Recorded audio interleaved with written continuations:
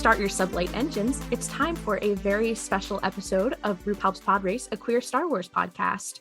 I know usually we have a different intro for Rogue Ones, but I think that it's nice to maintain a little consistency in an episode that's going to be very different.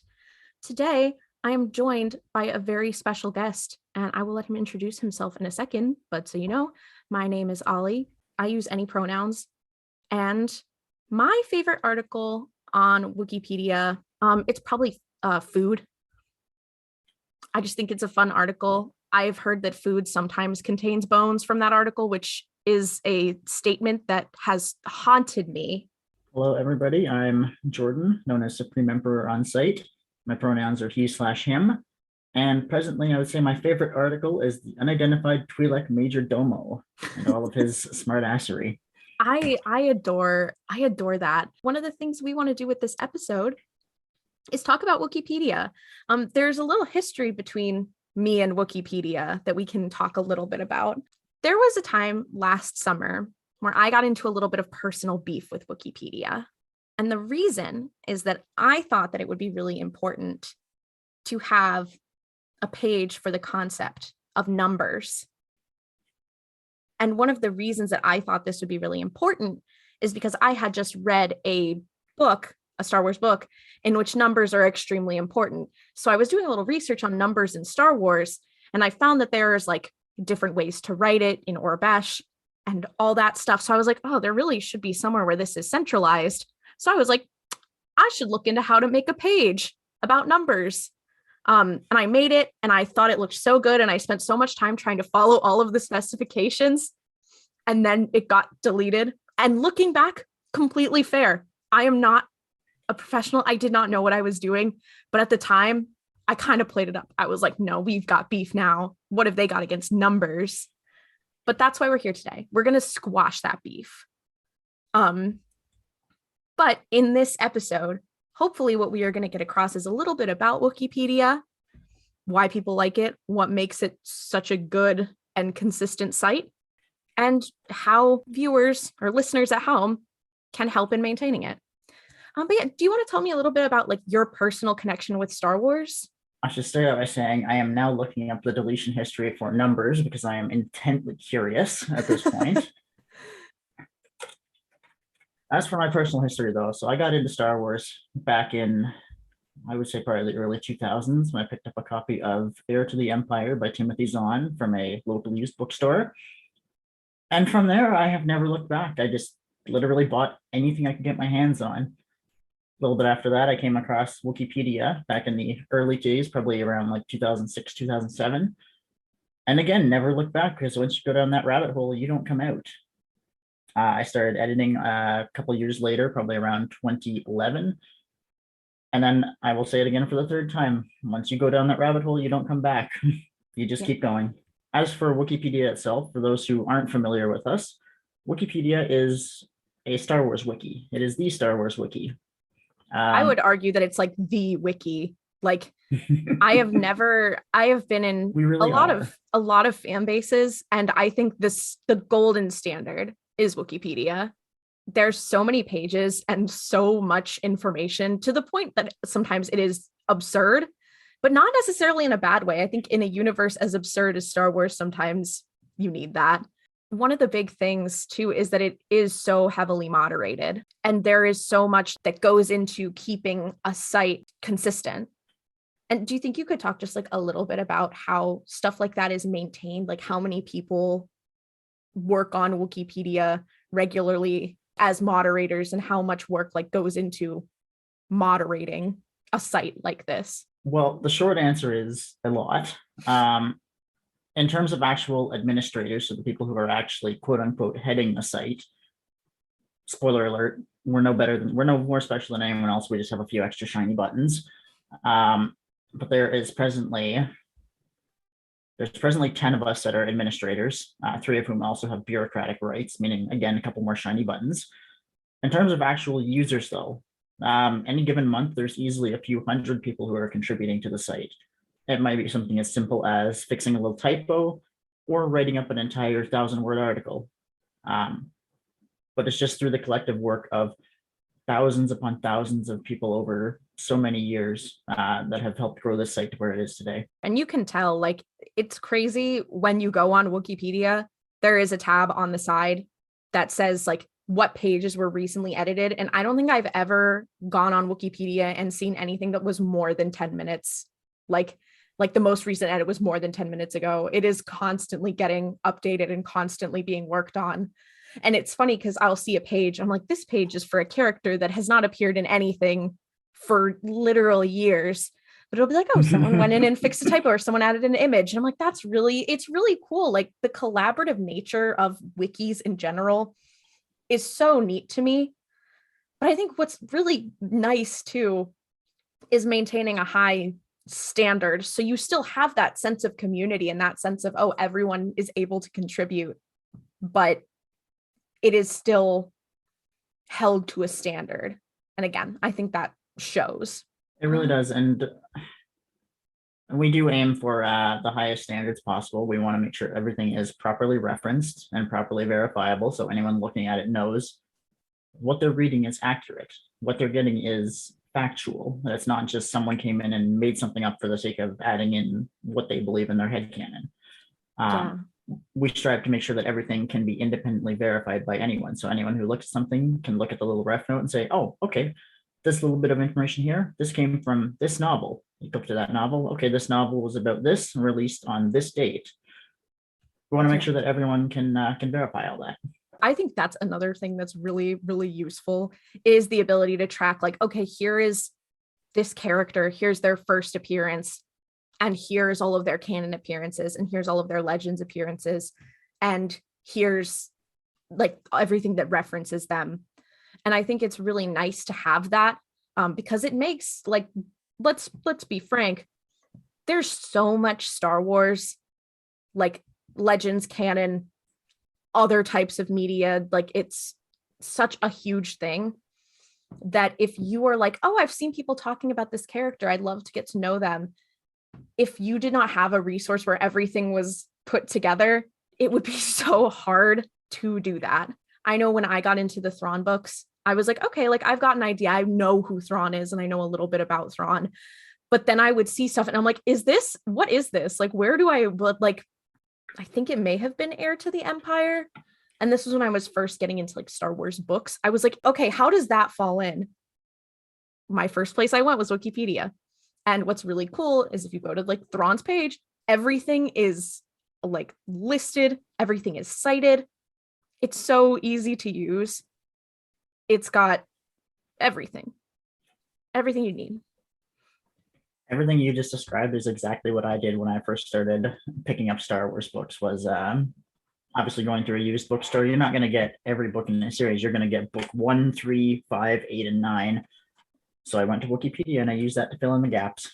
Star Wars is so daunting because there's so much of it. And I would consider myself pretty well versed in Star Wars knowledge, but there's still so much that I will hear someone say a name and I'm like, how do I not know this character? And this person has a very deep, extensive knowledge of them and is like, yes, I know. There's so much. Like, one character that I have is there's a select few users on Twitter who are really into Valance. And I was like, I know a lot about Star Wars. I've never heard of this man before. Went to Wookieepedia, was able to at least parse a little bit. Another question, and I saw a couple people asking, was the success that Wookieepedia has had anticipated? I can't speak to how people were thinking back in 2005 when the site first started, but over time it has certainly evolved. Just back in the day, nothing was referenced, nothing was sourced. Everyone just added something in with no notation as to where it came from. And then over the years, as more of a community developed, everyone started throwing in ideas of, okay, well, why don't we do this to help make things a little more verifiable? And from there, that's just morphed into our sourcing policies, the site guidelines, and most recently our editing tutorials to help people get started. But it's something that's, as I said, it's evolved over the years as more people have joined and brought in their own ideas and concepts. Sure. I imagine too is something, again, Star Wars can be kind of divisive with certain fans, as you know, there are a lot of people who have their own very specific interpretations of characters or of pieces of media. It's got to be really challenging to make sure that everything is remaining objective and that wording is remaining consistent. It really is, and that's part of where our guidelines come in, and that we aim to have things wrote in the most neutral way possible that doesn't, as you said, favor one side or another. The beautiful thing though about actually just documenting everything is the fact that it doesn't really leave a lot of room for those own personal opinions because we're just documenting what the source itself says, not what we believe. It's nice to see like that this fan run site does it better than a lot of genuine academic journals and stuff like that. So that I think is really neat. Let's talk a little about the guidelines. Something that I have here on our agenda is how to create an updated page for dummies. Because when it comes to data entry and editing and that sort of thing, I'm a bit of a dummy. So would you be able to talk me through just a little of like what constitutes an article and like why it has to be a certain way and what specifics are really important if you are realizing that something either needs to be added to an article or an article needs to be created?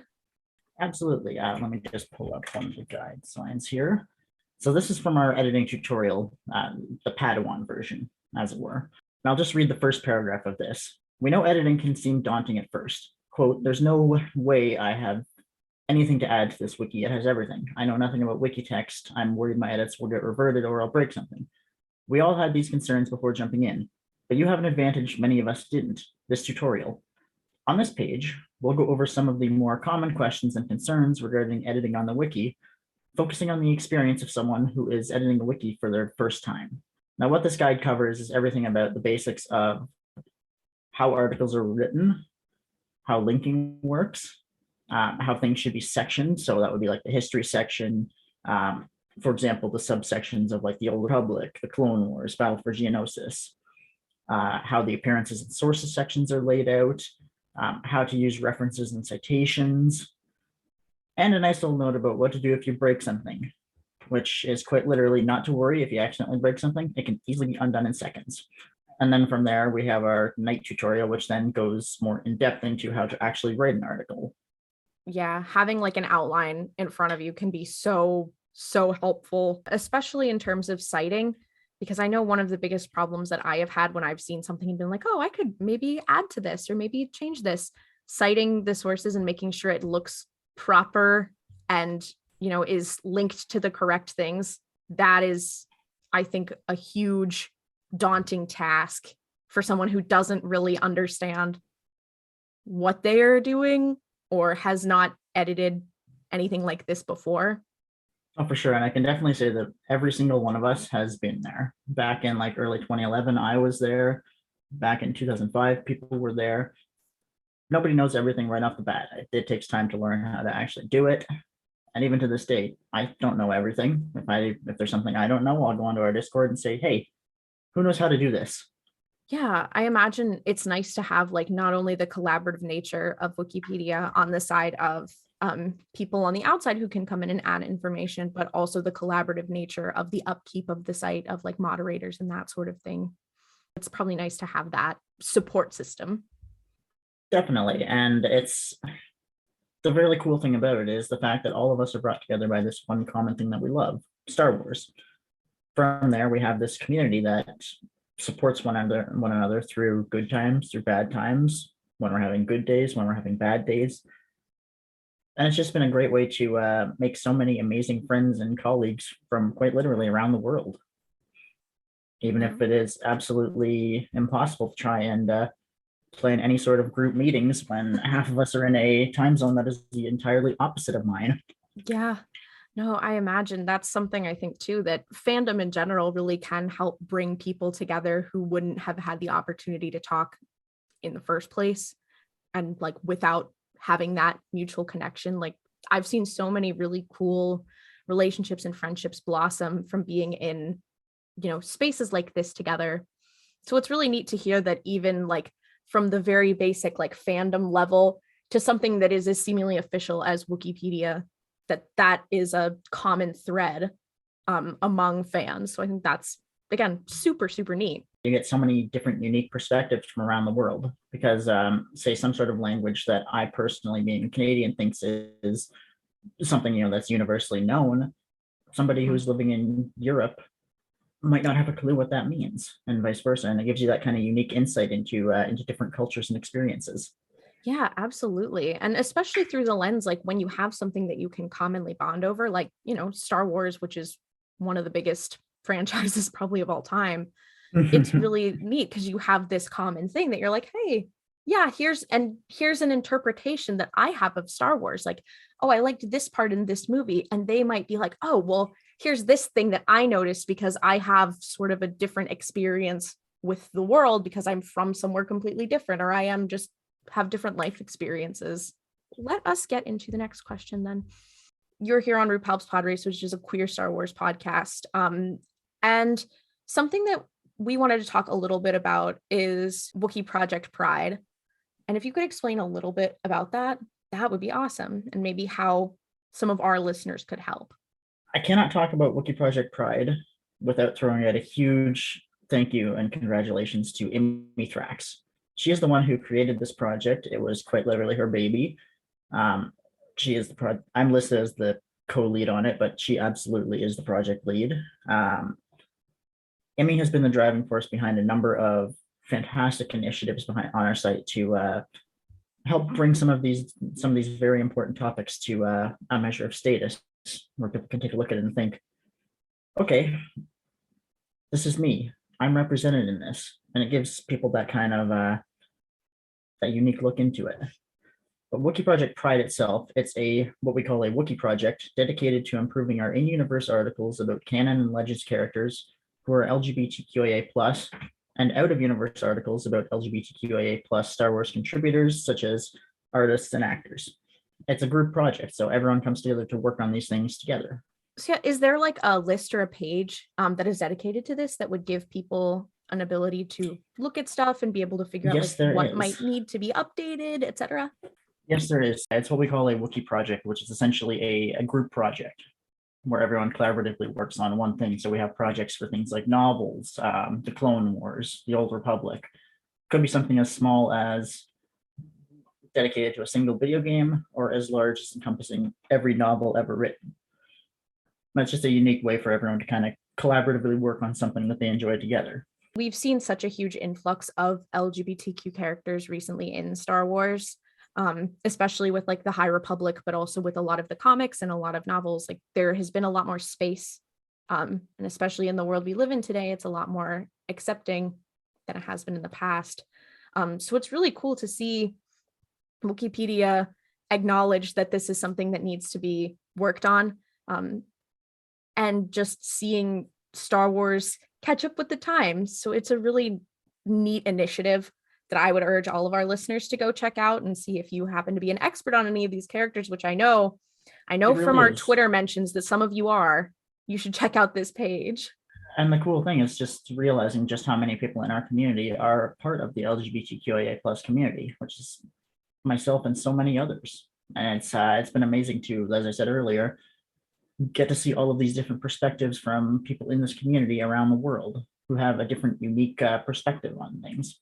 There are so many LGBTQ+ people who latch on to Star Wars because it has such a, poignant theme of hope and of perseverance and of like generational connection, which is something that a lot of LGBT people really enjoy. And it also has a really heavy theme of found family, which again, something a lot of people and a lot of, community members in general really enjoy.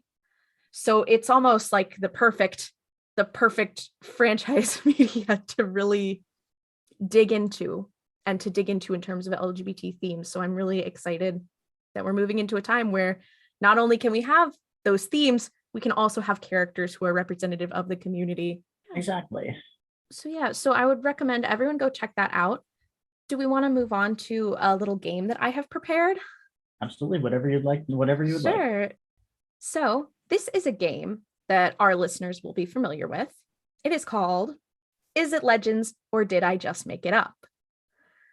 And the point of this game is, as the title would imply, for you, my friend, to figure out if a fact that I say is actually from Legends or if it is just made up. This is something that Wookieepedia is essential for, because the way I make this game is that I click the random page button until I find something funny or not funny or just interesting or whatever. But I would like to bring you into the fold of people who have played this game. I think it would be very fun. Are you prepared for the first potential legend or potential falsehood? Yes, and I promise I will not cheat and tab over to Wookieepedia. I appreciate This sounds like a lot that. of fun, so let's do this. Okay, let's get into it. Number 1. In Legends, Joe was a male meat lump who lived on Corellia during the Galactic Civil War. That's Legends. It is Legends. Yeah, I know that solely because I know that name Meat Lumps from one of our Star Wars Galaxies projects, and I'm like, okay, if you're saying Meat Lumps, it's definitely, yeah, you didn't just make that up. I've not played Galaxies, so it's really fun to see as I am shuffling through things. I was like, this guy's name is just Joe. What's his deal? And then I scroll down and it says he was a human male meat lump, and I'm like, Joe the meat lump? Hello, my new best friend. Are you kidding me? Oh, to be named Joe the meat lump. Oh, it was such a fun game. Number 2. In Legends, one of the moons of Onderon was named Bonteri 7, which inspired the surname of Clone Wars characters Lux and Mina Bonteri. I want to say false for that one. Okay, is that your final answer? Yes. You got it right. You were 2 for 2. I just completely made that up. I have a deep, complicated relationship with one Lux Bonteri, and I would be remiss not to bring him up in this situation. I'm very impressed. You are doing far better than most of the RuPalp's Podrace regular hosts. So I may have to kick one of them off.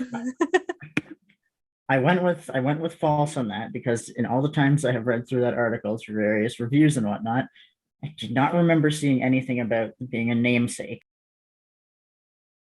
In Legends, Thrawn's protege, Gilad Paleon, revealed that he came from a long line of shipping professionals as well as Navy members, but those were the 2 sort of professions that were in his family.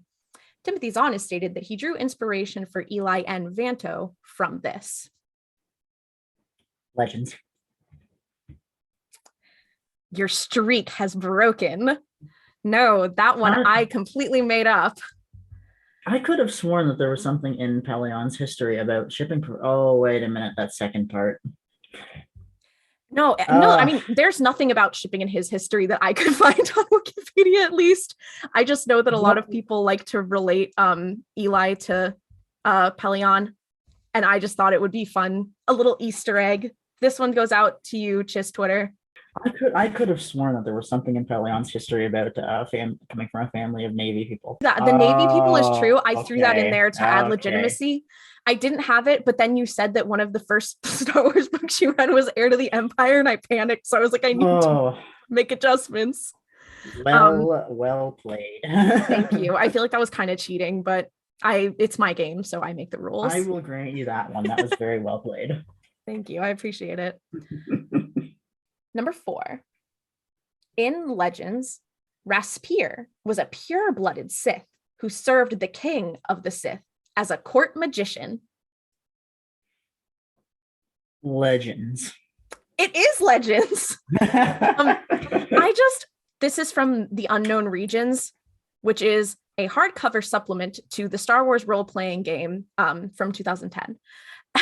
And the idea of a Force user, of a Sith being like, let's get a magician. Like, I guess Force-sensitive people don't really use sleight of hand. Like, that sleight of hand, I guess, does not really come with Force sensitivity. But it is it makes the tricks a little bit easier. That is true. That is very true. But I love the idea of a Sith being like, can you do like card tricks? Could you like, I don't know, can you make a rabbit come out of a hat or something? Is this your card? Yeah. Like, is this your card? I actually use the Force, so I know it's your card. So I don't know. The idea of that's, you know what? That's what we need to talk about. What is the magic scene like? I want to see this now. Yeah.